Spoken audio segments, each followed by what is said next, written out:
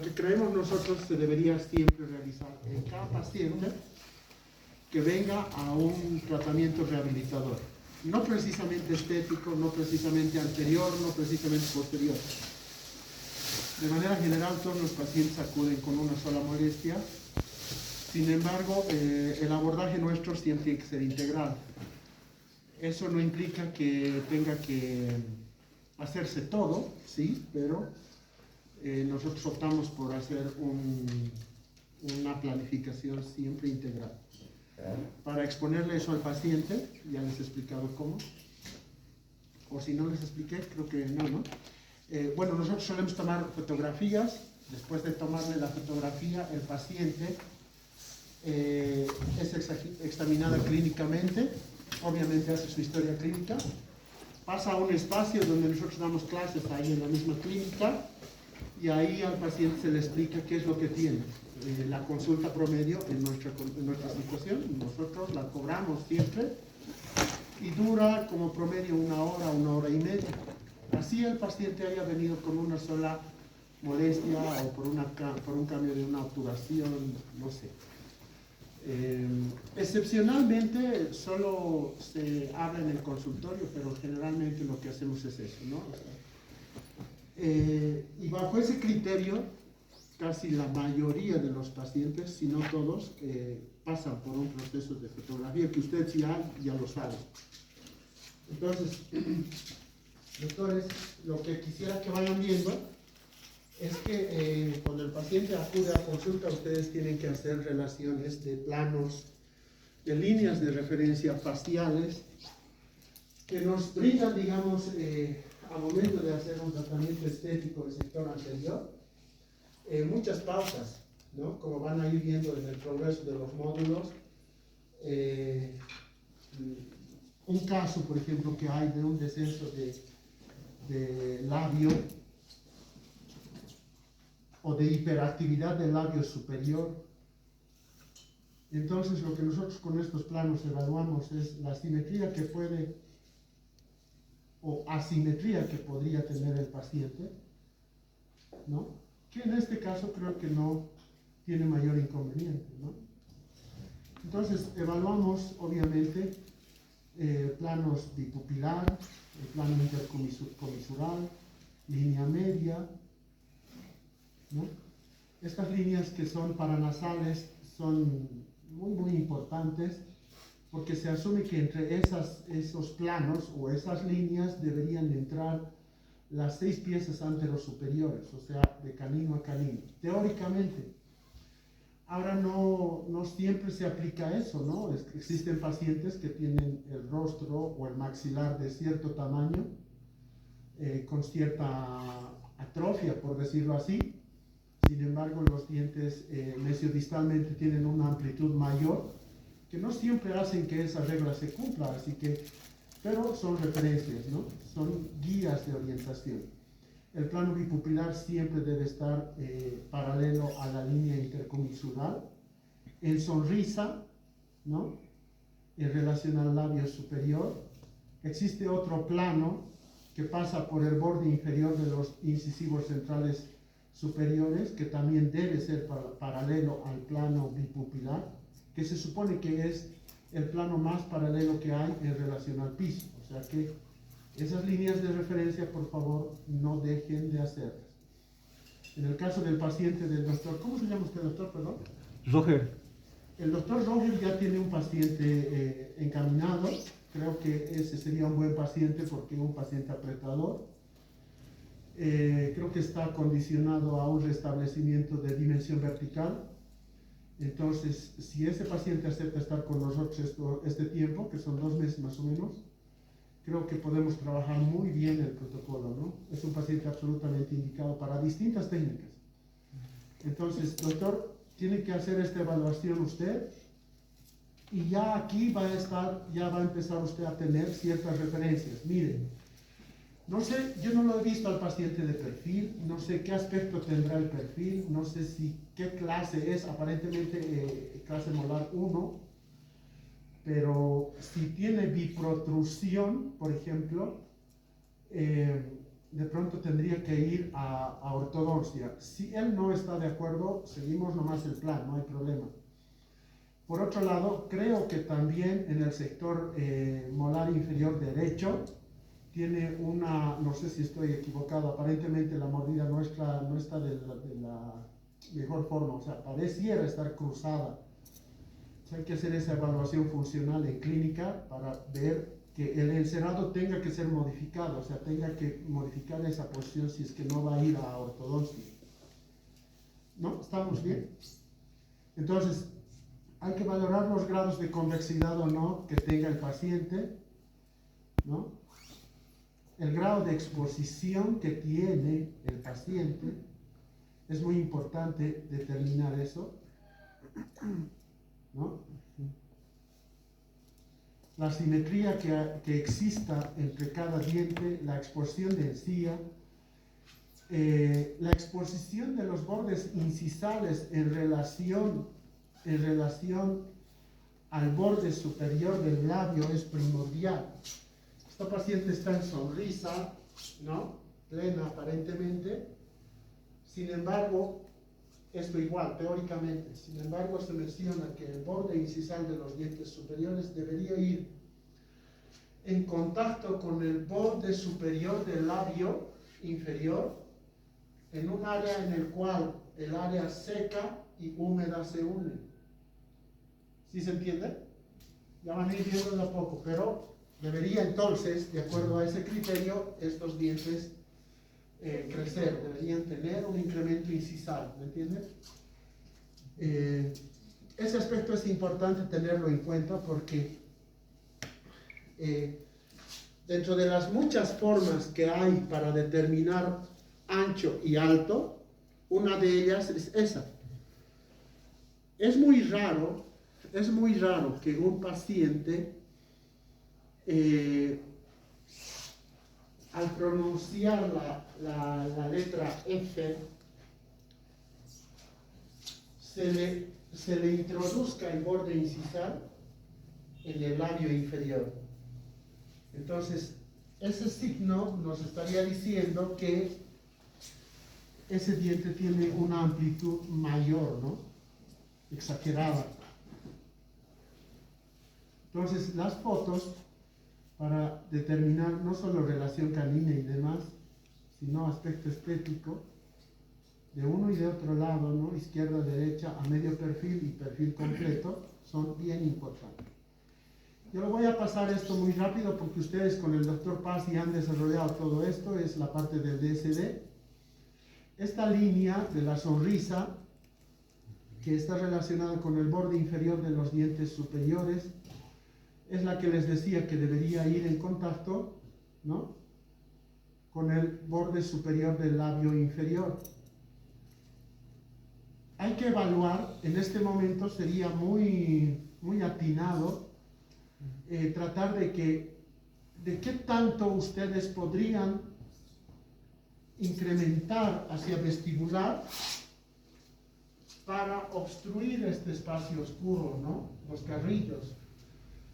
Existen pacientes que tienen compresión maxilar, en los cuales necesitamos nosotros recomendar ortodoncia o de pronto un tratamiento de restauración vestibular con carillas o resina directa, las que sean, ¿no?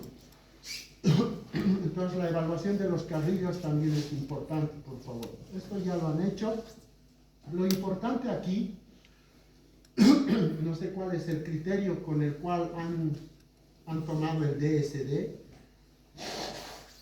Aquí voy a hacer un paréntesis. Y se refiere al hecho de que un diseño digital está hecho sobre una imagen.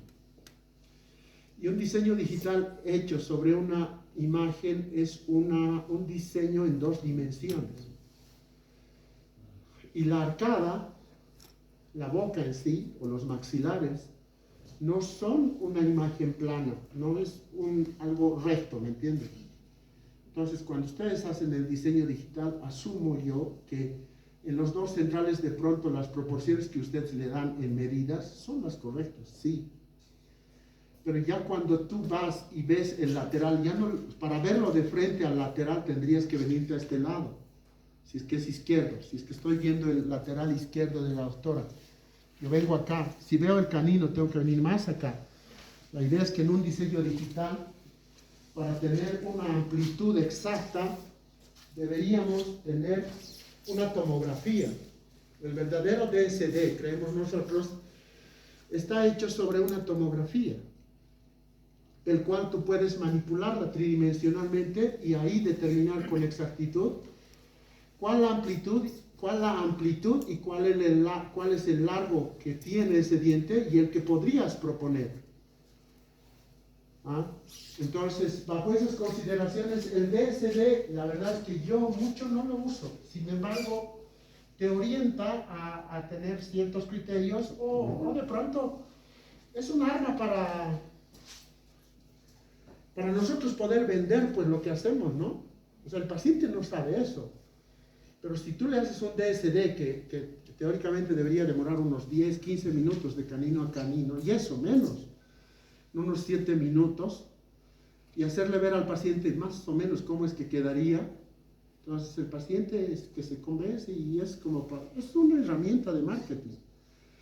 Pero el DSD específico para aplicar sobre ese DSD un tratamiento específico, perdón que sea reiterativo, pienso yo que se debería hacer sobre una tomografía, ¿no? O sobre un escaneado, ¿no?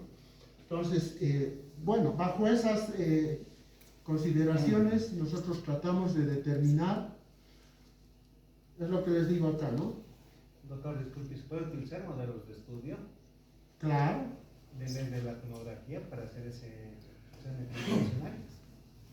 Tendría que usted agarrar el modelo de estudio, contratar el servicio de un escáner o en el laboratorio escanearlo y eso a través de un STL tenerlo en la computadora y ahí trabajar. Ahora, el tema es que cuando usted le toma un modelo de estudio al paciente, usted quiere hacerle una propuesta, porque se supone que el modelo de estudio le sirve a usted para, además de analizar en qué sentido debería crecer o no el diente, digamos hacia incisal, o digo hacia incisal, hasta cervical o en amplitud, debería ser para que usted elabore sobre ese modelo una propuesta para su paciente. Entonces, ¿usted cómo es que podría determinar el ancho y largo que usted le va a proponer al paciente? ¿Me entiende?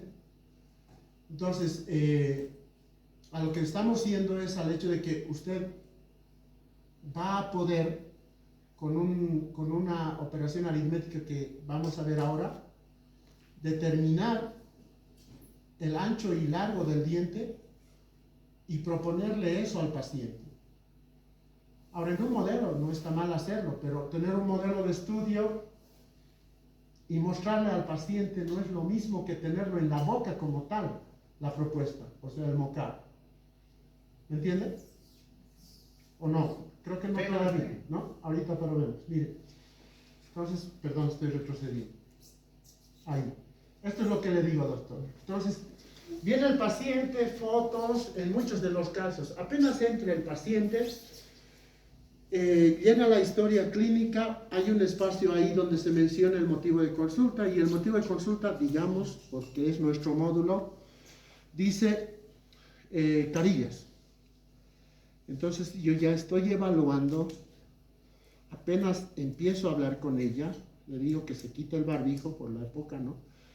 Entonces estoy ya evaluando qué grado de exposición tiene en incisal, qué tanto de encía muestra, qué tanto de carrillos muestra, qué tipo de sonrisa tiene. Yo ya estoy viendo eso y tratando de tomar nota de eso. Ahora, eso es conforme pasa el tiempo, conforme van haciendo más de esos trabajos, ¿me entienden? Pero otra forma sería poner ahí así algo exactamente como este pilar o el separante ahí para tomarle un video al paciente.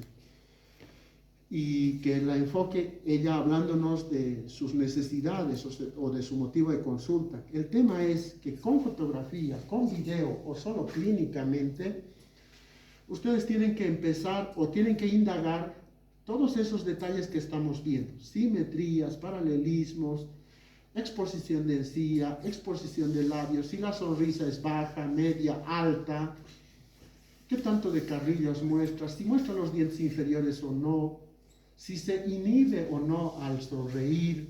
O sea, varios detalles que ustedes tienen que ya empezar a ver apenas empiezan a tener contacto con el paciente. Una vez que hayan hecho eso, bueno, obviamente registrar fotografías intraorales es bien importante. Y ya cuando el paciente haya asumido el tratamiento como tal, lo que ustedes deben hacer es una medición bipupilar de la distancia interpupilar. Con un paquímetro ustedes miden. Existen muchas formas. Creo que nos llevaría mucho rato determinar exactamente cuánto es el ancho y largo ideal que le correspondería a este paciente. Pero esta propuesta, esta forma, es la que tiene un consenso, por lo menos para nosotros, y de acuerdo a la escuela en la que nosotros nos hemos formado. Existe la proporción áurea, por ejemplo, existe la que propuso Fradiani, existe, sin ir muy lejos, el doctor Paz les propuso en dimensiones, en amplitudes, una regla ahí que tienen. No podemos decir que esa es la específica, o que esta es la específica, o la proporción áurea, o no sé, o la que propuso alguien. Sin embargo, creemos que esta es más personalizada. ¿Por qué? Porque empieza en una medida que no es estándar, o sea, es una medida independiente de cada paciente. Entonces, bajo ese criterio, nosotros lo que hacemos es esta operación. Miren, ven arriba en la parte superior izquierda de ustedes la distancia interpupilar, ¿no? ¿Ustedes qué quieren? ¿Quieren ustedes determinar cuánto es el ancho y el alto de un incisivo central? Entonces, hay números arbitrarios que son el 6.6, el 7.2 y más abajo el 1.33 y el 1.25. Esos son números que sí o sí se deben mantener ahí. Entonces, si yo tengo una dimensión o una longitud interpupilar de 63 milímetros, para yo determinar el ancho máximo, lo debo dividir entre 6.6. ¿Se entiende? Es seguir solo la secuencia. Tengo esta amplitud de distancia interpupilar, la divido entre 6.6 y tengo este resultado. Este resultado es el ancho máximo que debería tener esa paciente. Y si divido esta misma cantidad por 7.2, tengo un ancho mínimo. Ese diente para esta paciente, que es Victoria, no debería sobrepasar el 9.54 ni tampoco ser menor a 8.75. Cualquier número que esté entre esas dos cifras debería adecuarse a ella. Tampoco es que hay un ancho exacto, si se dan cuenta. No hay. Pero sí te puede, digamos, orientar para que tú tengas una referencia de que no puede ser más ni puede ser menos. Esa misma proporción, esa misma cantidad, para tú determinar el alto, la multiplicas por 1.333 y tendrás el alto máximo y por 1.25 para el alto mínimo. ¿Me entienden? Entonces, solo es seguir la secuencia. Y para el lateral, aquí van a ver, miren, una vez que han determinado altura y ancho, menos el 25% del 100% es el lateral. y menos el 15% el canino, ¿no? Esta tabla igual se las puedo pasar, no hay problema ahí para avanzar rápido. Es que cuando estén encerando ustedes se van a dar cuenta cómo va de fácil aplicar esto. Sin embargo, lo que les quiero mostrar es que esta no es la única opción ni la única forma de determinar el ancho y largo. Es una, pero acá van a ver otra, miren.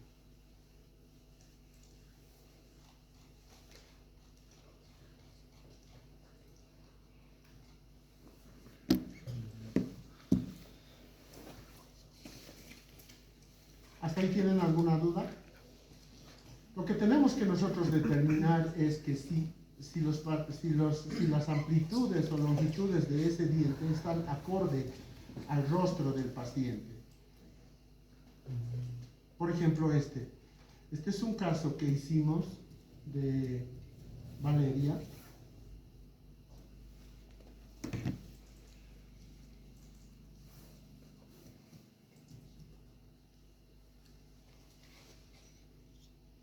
Miren, es lo que les decía. Aquí ella ya está haciendo pruebas fonéticas. Nosotros hacemos un JIC. En la anterior clase habíamos mencionado que ustedes deberían acceder al Pater Resin. El Pater Resin es ese acrílico rojo que ustedes ven sobre la pieza 2.1. El Pater Resin tiene múltiples aplicaciones, pero nosotros usamos para hacer este denominado jig, mini jig estético, que el estético no tiene nada, pero sirve para determinar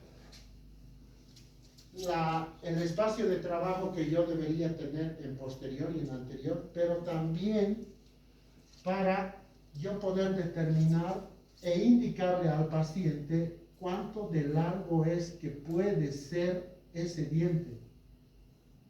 ¿Sí me entienden? Entonces, una vez confeccionado este jig, que ahorita lo van a ver, miren, yo hago que la paciente haga pruebas fonéticas.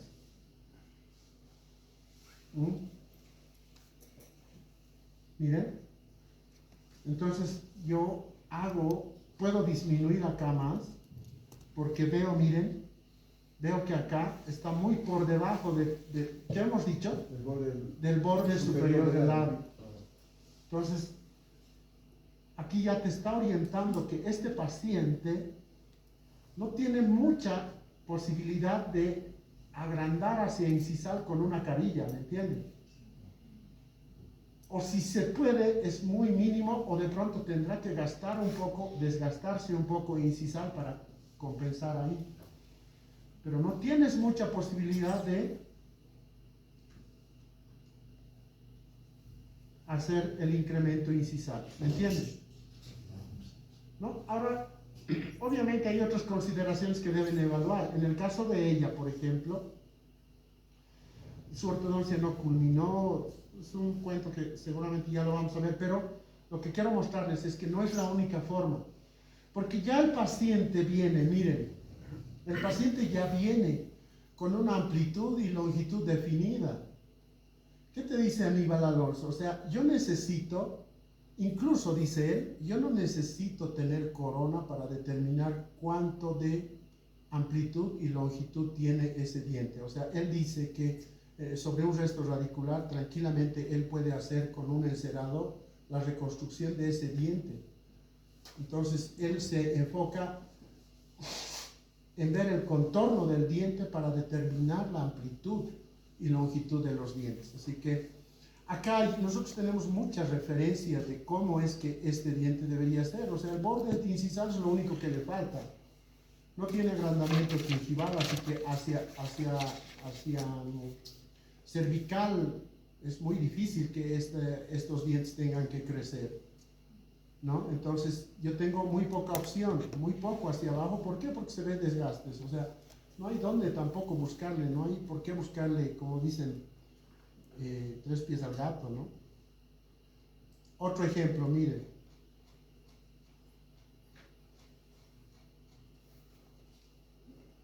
Esta paciente, miren.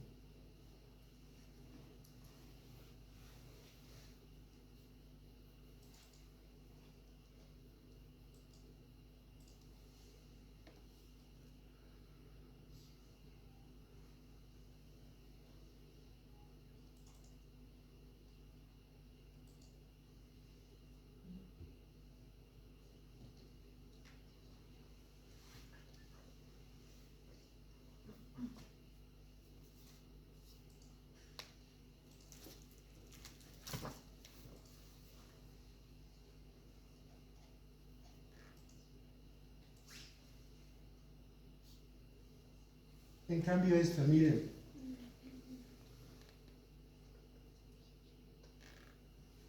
Otra forma de ustedes poder determinar el alto y ancho de este paciente, además de hacer las mediciones que les he dicho, siempre la clínica, todos sabemos, la clínica es la madre. Entonces, miren, tiene desgastes en incisal, sí, tiene. La amplitud de este central no es de las mejores, de pronto sí, pero no es que así está hecha, digamos. Sin embargo, cuando ustedes ven, miren, fíjense, creo que acá está más visible, miren, las líneas de transición. Ya ustedes han llevado eso, las líneas de transición en el cerrado, ¿sí o no? Sí. ¿Saben cuáles son? Entonces, las líneas de transición vienen acá y nunca va a haber una línea de transición que en el tercio medio del diente se pierda. Entonces, ese aspecto clínico a mí ya me hace sospechar que esta en sí es la que está agrandada. Entonces, automáticamente viene y se hace una reposición, ¿no? Un aumento de corona clínica, lo cual igual vamos a hablar en su momento. Entonces, evaluar ese aspecto igual es clínico y es una forma de determinar el largo y el alto del diente, ¿no? Esta misma paciente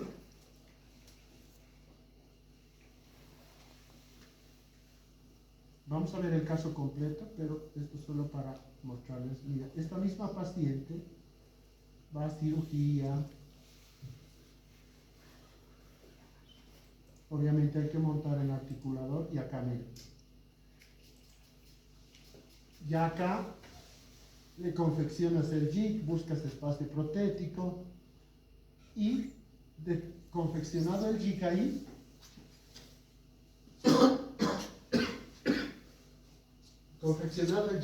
perdón, lo que hacen es tomar un registro oclusal. Obviamente el jig tiene una cobertura palatina, plana por si acaso, que evita que los dientes superiores e inferiores choquen. ¿Por qué? Porque necesito espacio protético acá y al otro lado. Solo choca este sector, donde tiene la púa, ¿me entienden? Miren, acá, solo eso. Cuando yo le digo cierra, cierra, y aquí tengo espacio protético, aquí también, a este otro lado también para restablecer oclusalmente. Es lo que me imagino que el doctor ya hizo. De otra forma, no es la única forma, existen los hilos de roca, láminas de Long, JIT de Lucia, varios otros protocolos que te ayudan a determinar céntrica y espacio protético. Así que nosotros proponemos esto para indicarle al protesista, que quiero que me encere hasta acá. ¿Me entienden? O sea, una vez que yo tomo el registro cruzal, le tomo los moldes, obviamente hago las pruebas fonéticas, no está como en el otro caso, ¿me entienden? Ahí estoy corroborando que le falta crecer a esos dientes. Y acá estoy viendo que teniendo esa longitud de ese diente, voy a poder compensar ese espacio oscuro. Espacio oscuro, digo, a todo este espacio, miren, que acá está siendo cubierto, ¿me entienden? Ahí le hago hacer las pruebas fonéticas y si todo va bien, tomo el registro cruzal y ya. Entonces, tomo impresiones y una vez que tomo impresiones, el protesista tiene este jig igual, vacía los modelos, pone este jig en el modelo y encera a esa altura. ¿No? A esa altura el incisal para abajo igual y en oclusal lo propio. Eso ya han hecho ustedes. Saben transferir todo eso de la boca al articulador como a través de un arco facial. ¿No ven? Eso ya lo han hecho. Bueno.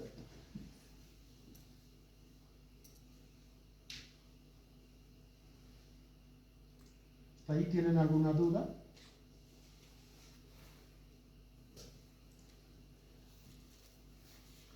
Entonces, esto se los voy a mandar al grupo igual para que ustedes lo tengan ahí como referencia. Y bueno, como ya ahora sé qué amplitud podría yo tener, hago el encerado. Esas constantes que tienen, ¿son constantes las que tienen? Existen constantes, no. ¿O es de acuerdo al número 63 que ha tomado la distancia entre La constante, doctor, es el 6.6, el Bien. 7.2. Hay otra constante más abajo, es el 1.33 y el 1.25. Esas son constantes. ¿Ya?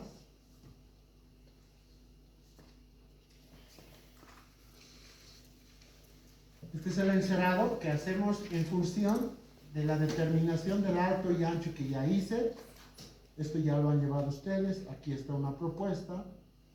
Como una matriz palatina. En el caso de la paciente que estamos viendo es la planificación que hicimos para una restauración en resina directa, por si acaso.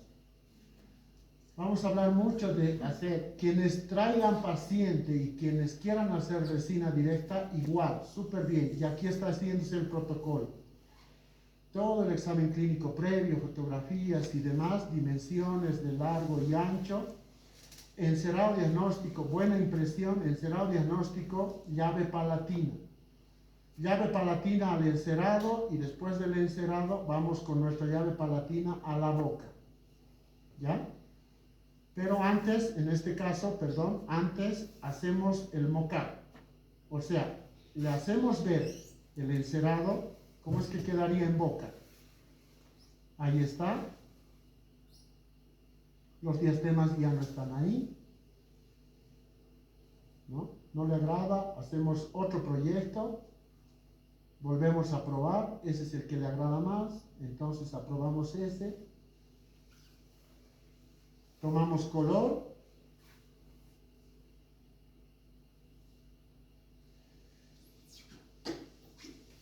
Y en toma de color, en caso de que es resina directa. En toma de color, nunca se olviden que la toma de color tienen que hacerla en diente hidratado. No pueden ustedes, yo estoy obviando el tema de encerado y demás, porque ellos ya lo han llevado, ¿no? Pero bueno, en toma de color, por favor, nunca deben tomar color en diente deshidratado, siempre hidratado. Ahora, que si esta es la única forma de tomar el color haciendo las bolitas de resina, no necesariamente. Ahora, si alguien me pregunta y me dice, doctor, ¿qué resina es la que uso mejor? Yo digo que la resina que tenga, la marca que tenga, debería tener la mayor gama o toda la gama posible de colores. Y que mi habilidad esté adecuada a ese tipo de resina, la consistencia de esa resina. Y que mi memoria visual ya esté familiarizada con esa resina y con los dientes que yo veo diariamente. O sea que, si yo digo en este momento, 3M es la mejor, o Tetric de Ivoclar es la mejor, u Omega, o Miserium, o las de la Care, no sé, o las de Ultraden. Si yo veo, por ejemplo, 3M no tiene, por lo menos a mí nunca me llegó los colores en cuerpo que yo necesitaba cuando yo los pedía. Me llegaba a 1, a 2, a 3. Me llegaba alguna vez el translúcido, básicamente. ¿No? Nunca me ha llegado bleach, nunca me ha llegado un white, ¿me entiende? Ivoclar sí, pero para cuando yo estaba involucrándome en las resinas, se me hacía muy caro, entonces no entré a trabajar con Ivoclar, para serles honesto. Yo tomé un curso con Andrés Román hace muchos años y él empezó a trabajar, bueno, él siempre trabaja, él es speaker de HRI, Miserio, y a partir de esa vez que él tuvo también la gentileza de traernos el kit completo de Colombia, con el calentador y demás, son 14 resinas, con 6 colores de dentina, 6 de esmalte, sí, también esmalte 6, en 3 de diferente tono, tiene translúcido, o sea, tengo no toda la gama, pero una gama amplia, digamos, ¿ya? Entonces yo, para mi habilidad y mi memoria visual, yo ya estoy acostumbrado a trabajar con eso. Pero pienso yo que ustedes tienen que buscar uno en el cual puedan echar mano de todos los colores posibles, ¿me entienden?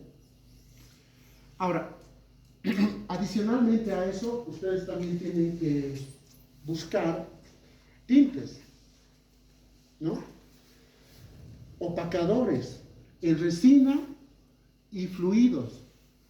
Entonces, si ustedes viene el paciente, doctor, quiero hacer solo este diente porque me hicieron endodoncia y se oscureció, pero no quiero cerámica o no puedo pagar cerámica, entonces tu directa opción es una resina, directa o indirecta.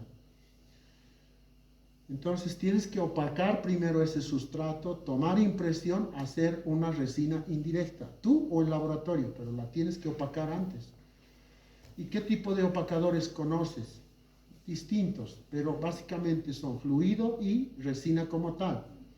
No hay opacadores que sean de un solo color, por si acaso. Un opacador existe de distintos tonos, no hay un solo tono de opacador. Ahora, adicionalmente a eso, unos tintes. Ivoclar, creo yo, en nuestro medio, porque hay en otros países, por ejemplo, los de GC, vienen en botellitas como adhesivos, como bonding, digamos, botellas chiquitas, distintos tintes. Pero yo pienso que eso es para alguien que, hace mucha resina, ¿no? O sea, son 5 ml creo que vienen. Me parece mucho, pero los colores que tienen tintes Tetric creo que son muy buenos también. Pero bueno, entonces yo necesito afinarle al color tal cual.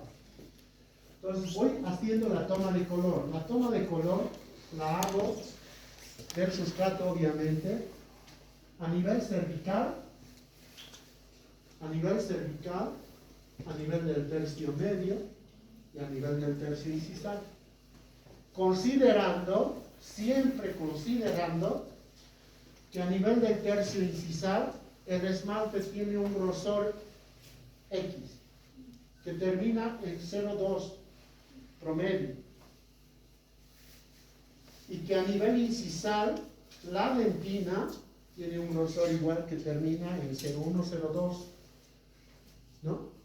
Entonces, haciendo esas consideraciones de translucidez del esmalte, yo tomo color en el tercio cervical, de dentina primero, en el tercio medio, en el tercio incisal, y si amerita, en los márgenes mesial-oristal. Luego, tomo del esmalte como tal, en los mismos tercios, en cervical, medio e incisal. Siempre hidratado. Polimerizo los colores o las bolitas ahí de resina. Miren, hidratamos. Lo que es importante, tienen que ustedes registrar qué color es que corresponde a cada sector. Que si pueden o no combinar uno con otro color, claro, pueden combinar, no hay problema. Pueden, o sea, una marca con otra, perdón. Miren, este es 3M, cuerpo. Este color, por ejemplo, no hay acá. Nunca me han ofrecido este. Así de ahí he pedido, no hay. ¿Mm? Este omega es muy caro, pero es muy, muy bueno. Bueno para trabajar. Omega es una de las mejores resinas, creo. Y el translúcido, ¿no? En el caso, como íbamos a hacer lo que les he dicho hace rato de la toma del color de dentina y esmalte, cobra más relevancia cuando ustedes van a opacar un sustrato oscuro. Cuando ustedes van a hacer una carilla directa en resina de este espesor, que no necesita mucho incremento, o sea, digo, ustedes pónganle un grosor de dentina, imaginariamente, ¿no? Pónganle un grosor de dentina acá. Sobre eso pónganle esmalte. ¿Cuánto creen que puedan sumar en 2 capas? ¿Cuánto de grosor? 0,5. ¿Ah? 0,1, 0,2, 1 milímetro, 2 milímetros. 0,5. Digamos que 0,5. Pero ahí no amerita tocarse siquiera. No tengo necesidad de poner nada ahí porque yo voy a alterar el perfil de emergencia. No tengo necesidad. Hay casos en los que sí de pronto necesito estratificar desde cervical, pero esos son los casos en los que yo voy a opacar un sustrato oscuro. Empiezo acá. Incluso debo retraer la encía con ciertas técnicas de retracción gingival, poner dentina, poner, no sé, hasta incluso un primero opacador, perdón, dentina, un tinte, esmalte, ¿no? Entonces, pero en este caso no amerita. Pero sí les estoy mencionando que cuando tienen que hacer o van a opacar un sustrato oscuro, ustedes deben trabajar siempre estratificando y haciendo un buen registro de color.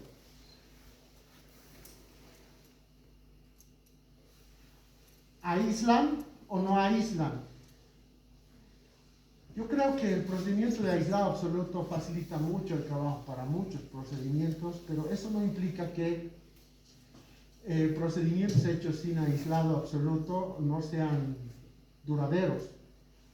Hay que tener buen control de humedad. Eso implica que un suctor de alta potencia en tu sillón haría mejor control. Un buen aislado relativo ayudaría, pero si estás en la posibilidad de aislar, mejor, creo yo. Pero es un tema de controversia, ¿no? Que sí, qué tan necesario es o no aislar cuando vas a hacer un proceso de adhesión sobre esmalte. No siempre es considerado para muchos imprescindible. Sin embargo, es una opción más que te ayuda a hacer un buen control de humedad, ¿no? Ahí está, entonces con la llave, con la matriz palatina, ya determinado el color, en la matriz palatina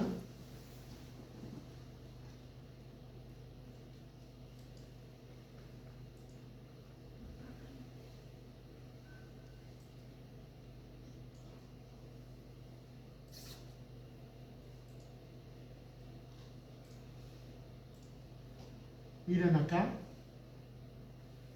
agarro mi matriz palatina y voy poniendo una fina capa de esmalte en la matriz, acá. Voy cargando acá y la esparzo, la distribuyo uniformemente sin provocar ninguna perforación en la resina a cada uno de los que voy a hacer, ¿no? ¿Cuál es la guía? O sea, ¿cómo sé que debo poner en toda la cara palatina o solo donde corresponde? O sea, el encerado es el que ya me indica desde dónde es que yo puedo o que yo debo poner la resina. En este caso es por acá, miren. pero yo tengo que ver el encerado que está al lado. Por eso el encerado aquí no es de lo mejor. El encerado, idealmente, para técnica inyectada especialmente, ustedes no pueden tomar una cera casi del mismo color que del yeso. Deben tomar una cera que tenga un contraste absoluto, o sea, debería ser azul, no sé, verde, otro color de resina, o digo de cera. Entonces, viendo el encerado, yo empiezo a incrementar la primera capa, que sería la capa palatina. Pongo acá, distribuyo sin provocar perforaciones en la extensión que voy a hacer de la resina acá. También en los 6. Una vez que tengo eso, lo que yo hago es llevar esa matriz a la boca. Obviamente aislado antes, hilos y demás, y llevo eso a la boca, miren. Y fotocuro. Y tengo ahí confeccionada la cara palatina de los dientes. Sigo avanzando. Pongo acá un tip antes de olvidarme.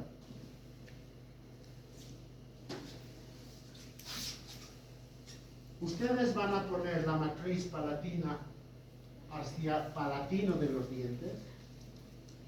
Una vez que hagan ese contacto, tienen que ustedes asegurar que esta cara palatina o esta futura cara palatina, al sacar la matriz, no se me vaya a desprender cuando yo vaya a jalar la matriz hacia atrás. ¿Cómo logro eso?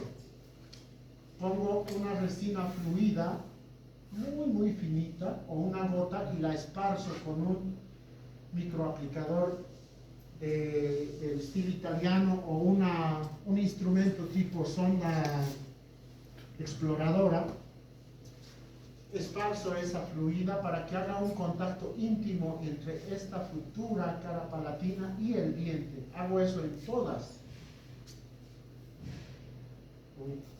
No tendría razón de hacer eso si esta matriz fuera de silicona transparente, por ejemplo, porque la polimerización vendría a través de la matriz y sí o sí polimerizaría.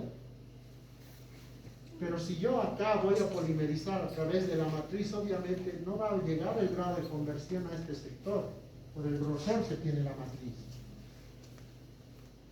Entonces son opciones, pero lo que quiero es que se aseguren de que cuando ustedes hagan la polimerización, esa capa que están construyendo no se les desprenda, ¿me entienden? Otra consideración importante, miren.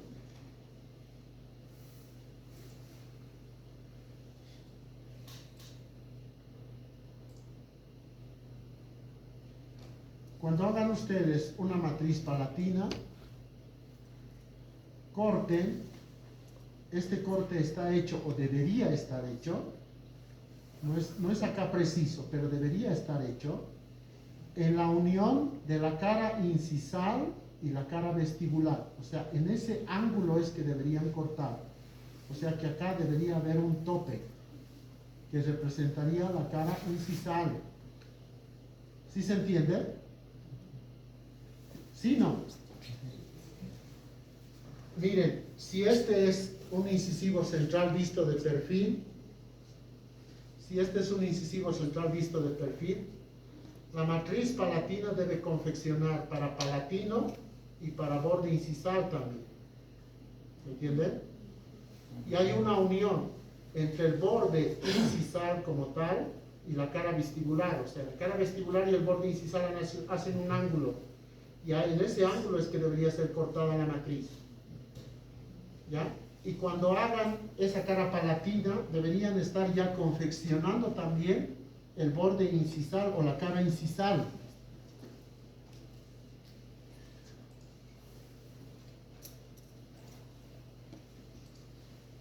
¿Me entienden acá? A este nivel.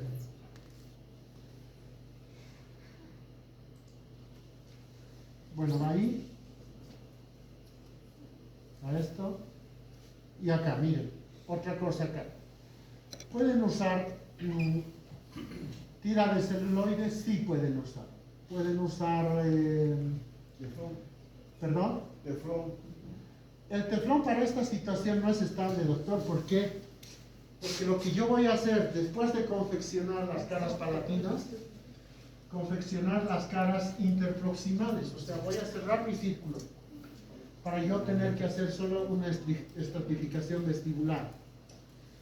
Entonces, estoy trabajando solo con esmaltes. Yo creo que muchas opciones no hay. Esta es la técnica de Newton Fall. Entonces, yo aplico ahí esta matriz interproximal. Las matrices, obviamente, mientras más delgadas sean, mucho mejor. Subgingival, la puedo sujetar a este nivel, miren, con una cuña, de ser necesario. Muchas de las veces no lo es. Pero lo importante aquí, ¿qué es?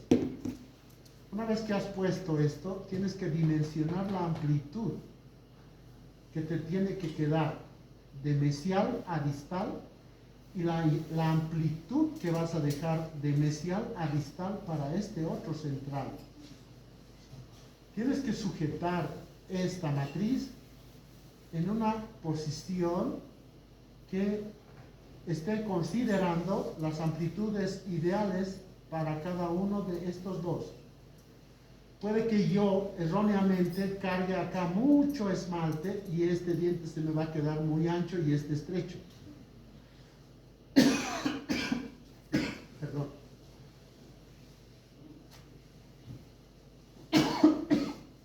Este es el momento en el que ustedes tienen que determinar eso. Por eso la cuña acá sería ideal. Poner también acá por palatino un protector gingival que estabilice la matriz sería también buena opción. El tema es que tú, viendo de frente a los dos centrales, tengas que tener el espacio ideal para este diente y para este diente, el ancho digo, ¿no? Ahora, una vez hecho eso, posicionada en el lugar correcto, en sentido mesiodistal, la matriz, lo que tú debes hacer es aplicar la resina ahí de este mismo tono, que es esmalte. Entonces, ¿qué haces?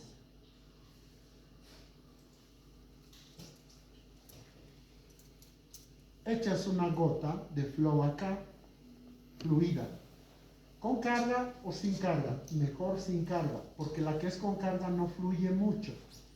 Echas una gota de flow acá, la esparces por acá, que creo que está acá ese instrumento, miren. Este instrumento ayuda a trabajar eso. Ahorita vuelvo a la imagen. Este es el misura que les digo del kit del estilo italiano, ¿ya? O una sonda exploradora que nunca exploró nada, o sea, finita, finita, ¿ya?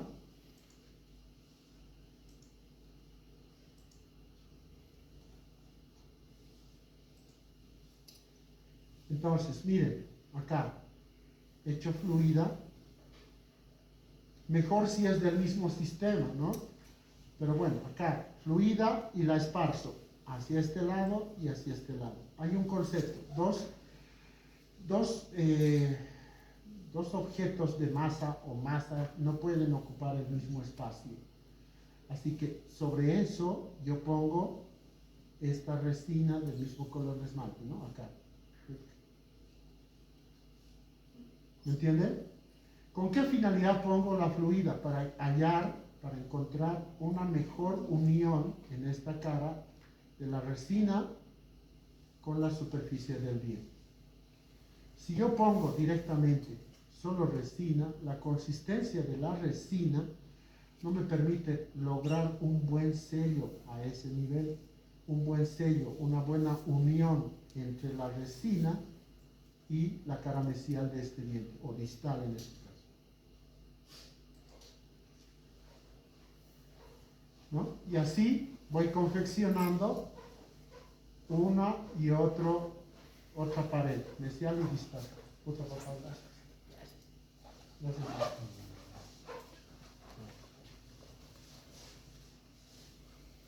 Gracias, Pedro. Entonces, una vez que hagan eso, hacen el mismo procedimiento en cada cara. Nunca se olviden, por favor, dejar esta matriz en el lugar que corresponda, considerando el espacio que tienen que tener para este central y para este. Porque si ustedes ponen esta matriz o esta muy a este lado o esta muy a este otro lado, entonces les va a faltar espacio para el otro y en el otro les sobra. Ahora, ¿qué pasa? ¿Qué pasa si sucede eso accidentalmente o por un descuido? Puede que ocurra. Y estos ya están con adhesivo, ya todo. No me estreso, no hay problema. Agarro discos Soflex y empiezo a reducir hasta lograr las amplitudes que yo deseo. En este momento también, para estar seguro de que estoy bien en las amplitudes, puedo yo agarrar un paquímetro y medir. ¿Cuánto miden el tercio incisal, tercio medio y tercio cervical? Las mismas medidas deberían existir acá y acá. Si veo que uno está más ancho que el otro, lo trabajo. ¿Con qué? Con discos Soflex o con lijas interproximales. ¿Eso qué conlleva? Conlleva el hecho de que todo esto se me va a llenar de polvo, por lo menos este sector, pero está ya con adhesivo. Entonces, ¿qué hacen ahí? Lavan, con confianza lavan, secan, silanizan, adhesivo y empiezan el procedimiento otra vez. ¿Ya? Si fuera que pasa ese problema. Y entonces continuamos haciendo los otros. Miren, cada uno. Ya ahí cambiamos de un aislado absoluto a uno relativo. Las encías están bien tocadas, están queriendo sangrar. Y empezamos a aplicar tintes, dentina, tintes. Y ahí empiezas a hacer tu mapeo, tu estratificación, ¿no? Ahí estamos poniendo translúcidos, distintos tonos de color. Perdón.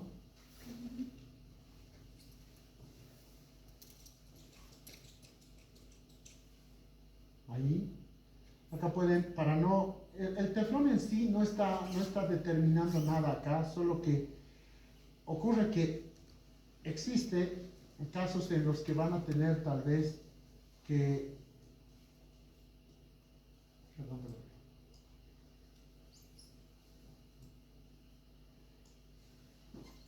Existen casos en los que de pronto va a haber una filtración del líquido crevicular acá, o de este lado hacia acá, entonces trata de inhibir eso, la tira de celuloide.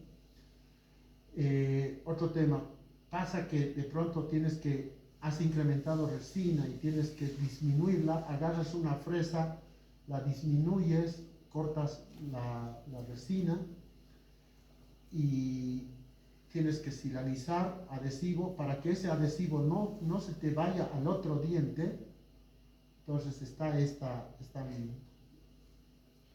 tira de celuloide ahí y evitar eso, ¿no? Sin embargo, siempre antes de hacer cualquier proceso de fotopolimerización, ustedes deben verificar que todos los sectores tengan el grosor correcto. Si se fijan, miren, la dentina como tal no está en relación a todo el borde que yo he confeccionado, fíjense. ¿Miren? Acá estoy dejando espacios para el tinte, ¿no? Y tampoco está perforada. O sea, tú agarras un tanto de resina, es mejor agarrar una cantidad mayor y quitar los excesos, pero no generar, por querer extender mucho la resina, generas una perforación y al generar la perforación, automáticamente generas mucha burbuja.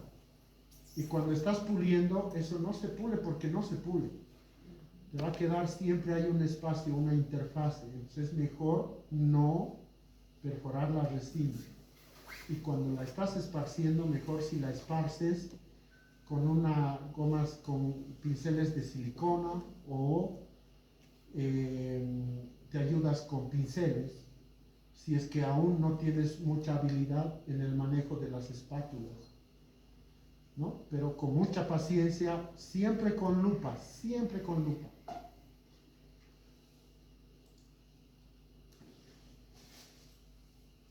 Miren acá, ha habido una contaminación en ese sector, sangrado y demás, pones tira de celuloide, grabas, pero en este momento, ¿por qué estoy grabando si ese esmalte ya está grabado? En muchas situaciones me van a escuchar decir que el ácido fosfórico en odontología es usado también como un detergente, solo para limpiar. Desintegras todo lo que haya quedado ahí de los restos de sangre o de hemorragia que hubo ahí, lavas y empieza tu proceso de polimerización otra vez. Tienen que tener mucho cuidado, miren, tienen que tener mucho cuidado con esto. Aquí voy a hacer un acercamiento, creo que no puedo hacer más, pero miren acá. Acá hay hilo, por si acaso. Acá también hay hilo. Si yo pongo una resina sobre una pelucita que hay del hilo, ese es el lugar por donde se va a filtrar y esa resina va a empezar a cambiar de color en el tiempo. Entonces, a partir de esas complicaciones que tuvimos, hoy en día yo ya no uso hilo trenzado para un procedimiento de este tipo. Si por decir este paciente tuviese una lesión cervical no cariosa en este nivel, yo prefiero retraer, si no puedo retraer con aislado absoluto y con clamps obviamente, agarro teflón, aislado relativo, pongo teflón acá, teflón, y eso es lo que me ayuda a retraer la encía. Vamos a ver esa presentación igual. Entonces el teflón no tiene ninguna pelusa, ¿no? Entonces, pero el teflón yo ya no lo uso, miren, el teflón yo solo lo hago así. No lo hago así, miren. No lo hago así. Porque cuando hago así, de por sí estoy generando irregularidad. Pero si solo lo aprieto, es menos irregularidad, ¿no? Entonces, y eso empiezo a empacar dentro del surco y de la misma forma me da espacio de trabajo, o sea, me retrae la encía. Y además que ahorro mucho, ¿no? Y además que se puede autoclavar. Tiene que tener teflón, pero no el teflón que vende TDB. Hay un kit de TDB grande, azul, no sé si han visto, y hay una cinta de teflón medio celeste, ¿no? Esa es muy gruesa. Y dentro de los teflones que tenemos en plomería, existen dos, uno que es para gas y otro que es para plomería normal, digamos. Yo uso el más delgado, ¿ya? El que es para gas creo que viene, no sé si está normado eso, pero creo que es amarillo. Pero es más grueso. O sea, más grueso no, pero... El ancho. Ancho y tiene un poquito más de consistencia. El otro es más maleable, digamos. Entonces, yo hoy en día ya no uso estos trenzados para este caso. Ah, pero si sangra es porque, aquí, ¿por qué sangra? Porque yo la he manipulado con el hilo. He tocado mucho esa encía con el hilo porque este estaba con aislado absoluto al principio. Es por eso que este está sangrando. ¿Ah? Porque una encía inflamada no es apta para hacer restauraciones de ningún tipo. Primero tiene que ese espacio biológico, ese surco gingival, ser estable para que yo haga cualquier tipo de restauración en cualquier sector del diente. Pero puedo controlar con el Viscostat Clear. El Viscostat Clear es un hemostático que no tiene óxido férrico, puede ser. Entonces no tiñe eso. En cambio, Ultraden igual tiene uno similar al Viscostat, pero que tiene óxido férrico. Ese ni por si acaso se usa acá.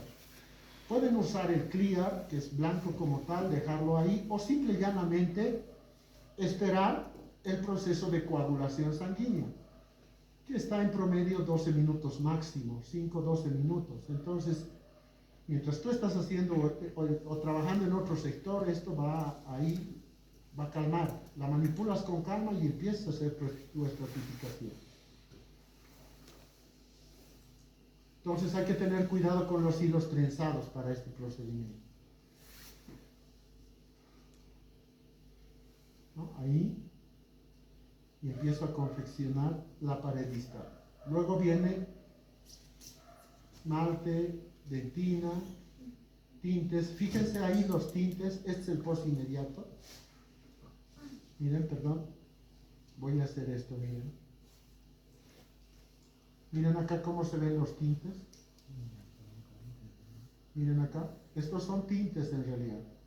Pueden ser tintes o pueden ser translúcidos. También tiene algo, resina translúcida acá, ¿no ve? Porque dentro del color que hicimos, o la toma de color que hicimos, tenemos translúcido. Este es el grueso, ¿no? Luego, para complementar esto, les voy a terminar de mostrar ahí un caso acá de un amigo mío.